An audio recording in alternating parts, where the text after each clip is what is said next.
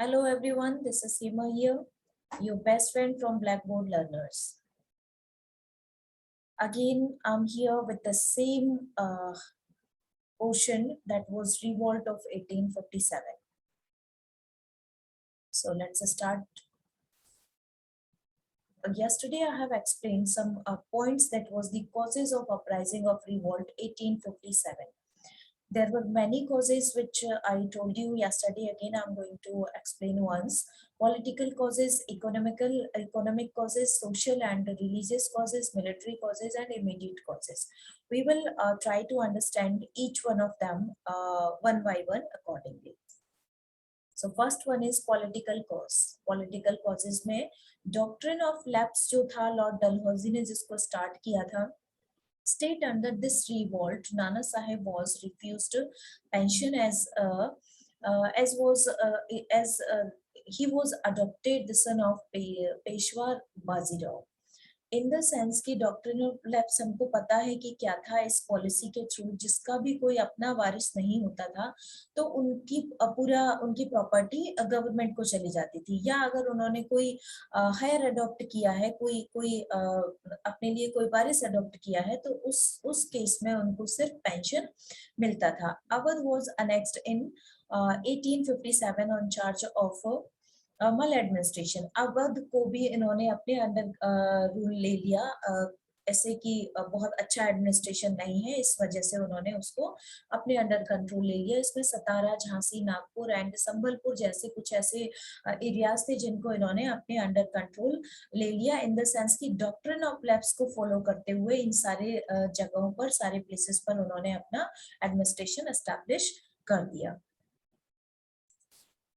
And the policy of subsidiary lines 1798 में जिसको Lord Wellesley ने स्टार्ट किया था, जो कि हैदराबाद में सबसे पहले साइन हुई थी. फर्स्टली हैदराबाद में साइन हुई थी ये सब्सिडरी इन द सेंसेस की, जो भी उनकी इन द सेंस की जो भी उनको मेंटेनेंस था that was free of maintenance, in the sense की किसी भी तरह का टैक्स उनको पे नहीं करना पड़ता था. Non intervention policy in the sense की किसी भी तरह का कोई इंटरफेरेंस नहीं था उनके इंपोर्ट एक्सपोर्ट पर. Subsidiary to the British for the maintenance of British army, किसी भी तरह का, आई ऑलरेडी सेड कि किसी भी तरह का कोई भी मेंटेनेंस चार्जेस नहीं था, इसलिए ये इस तरह की पॉलिसीज इन्होंने जब स्टार्ट की तो subsidiary alliance in the sense की है इस तरह के, जैसे कि सपोज कोई राजा कमजोर होता था, कोई नवाब कमजोर होता था, तो वो उसको ये ऑफर करते थे कि हम आपको मदद करेंगे, और मदद के नाम पर वो पूरी तरह से उसको अपने अंडर रूल ले लेते थे.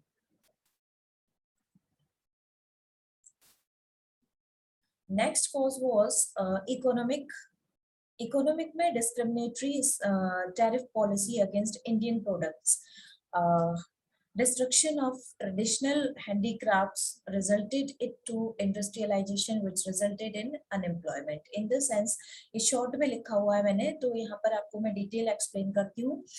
इकोनॉमिक कॉजेज में सबसे बड़ा कॉज ये था कि जो भी गुड्स थी जो हमारे यहाँ से बाहर जाती थी उन पर टैक्स होता था, और जो हमारे देश में आती थी उन पर कोई भी टैक्स नहीं होता था. मींस ब्रिटिशर्स जो लेकर आते थे चीजें उन पर किसी भी तरह का कोई टैक्स नहीं होता था, वो टैक्स ड्यूटी फ्री होती थी. और इस वजह से जो हमारे देश में से जाने वाली चीजें होती थी वो बहुत जब बाहर से कोई चीज आएगी जिस पर ड्यूटी ही नहीं लगी है, जिस पर कोई चार्ज नहीं लगा है, जिस पर कोई टैक्स नहीं लगा है, तो वो यहाँ हमारे देश में आकर सस्ती होती थी, उसकी रेट कम होती थी, और हमारे यहाँ से जो रॉ मटेरियल ये लोग ले जाते थे वो कम कीमत पर खरीद कर ले जाते थे. वहां से जो चीजें बनकर आती थी वो हमें ज्यादा रेट में मिलती थी. तो इस तरह से एक हमारे यहाँ का एम्प्लॉयमेंट खत्म हो रहा था, लोग अनएम्प्लॉयड हो रहे थे, क्योंकि यहाँ पर वहाँ जो हमारे देश में जो चीजें बनती थी वो हाथों से काफी मेहनत से और काफी टाइम टेकन होती थी बनने में, और वहां से जो मशीन्स के थ्रू बनकर आती थी चीजें तो कम टाइम में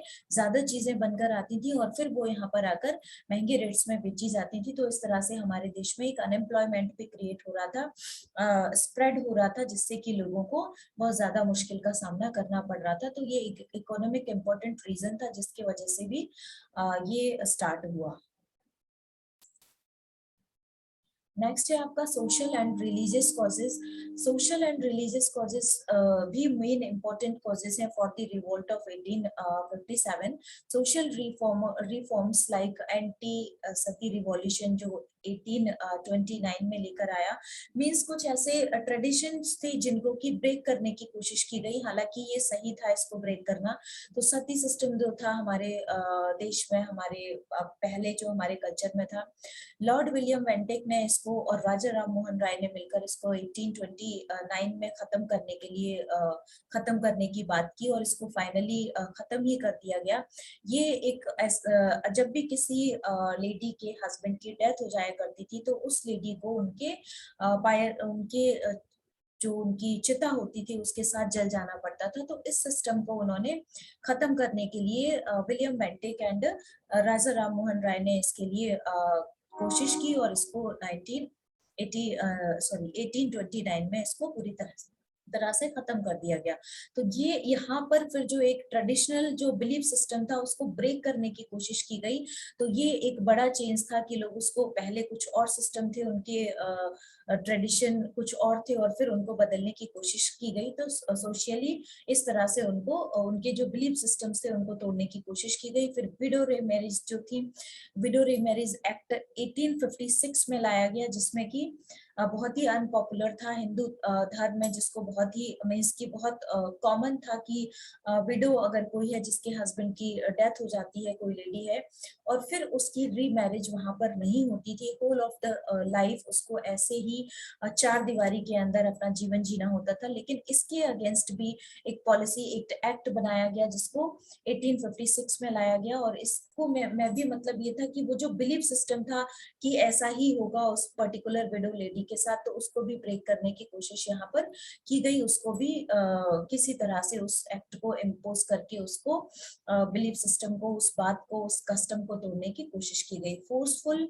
conversion of Christianity in the sense कि एक पर्टिकुलर बिलीफ सिस्टम था, जैसे कि जो किसी पर्टिकुलर पर्सन की कोई प्रॉपर्टी है उसको तब तक नहीं दी जाएगी, उसका तब तक उनका वो प्रॉपर्टी के क्या कह सकते हैं उसको, लीगल हकदार नहीं होंगे जब तक कि वो क्रिश्चियनिटी अडॉप्ट नहीं कर लेते। तो इस वजह से भी लोगों में बहुत ज्यादा पेन कह सकते हैं कि क्रिएट हो रहा था, दुखी हो रहे थे लोग इन सारी चीजों को लेकर कि ये क्यों सोशली और रिलीजियसली धर्म के नाम पर सारी चीजों को हम पर इम्पोज करने की कोशिश की जा रही थी। लोग समझ चुके थे कि किसी ना किसी तरह से, हर तरह से उनका शोषण करने की, उनको अपने अंडर कंट्रोल, अलग अलग पॉलिसीज बनाकर उनको अपने अंडर कंट्रोल लेने की कोशिश की जा रही थी, उन पर अपना एडमिनिस्ट्रेशन करने की कोशिश की जा रही थी। नेक्स्ट आपका कॉज है मिलिट्री कॉज। इसमें क्या था, एक बिलीफ सिस्टम था लोगों का कि वो अपने देश के बाहर किसी समुद्र को पार करके कहीं भी नहीं जाएंगे। तो ओवरसीज डेवलपमेंट, जब भी आर्मी को कहीं बाहर भेजना होता था तो हमारे इंडियन सोल्जर्स को ही भेजा जाता था, जबकि उनका एक बिलीफ सिस्टम था कि वो उसको एज अ कर्स लेते थे। उनका बिलीफ था, जो हिंदूज थे, जितने भी अगेंस्ट द हिंदूज था, समुद्र को पार करके जाना हिंदू धर्म के खिलाफ माना जाता था। उनको ऐसा बिलीफ सिस्टम था उनका, they believed that crossing the sea is a curse. समुद्र को पार करना कोई एक जैसे श्राप की तरह है, पाप की तरह है।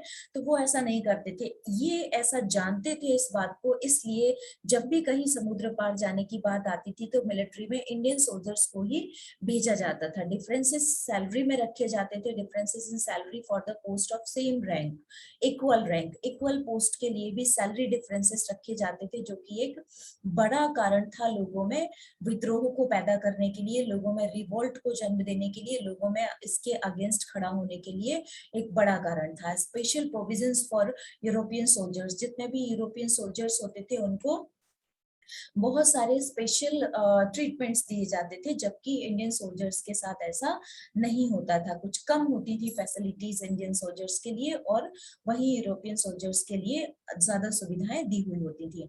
Indians rank could not rise above सूबेदार्स।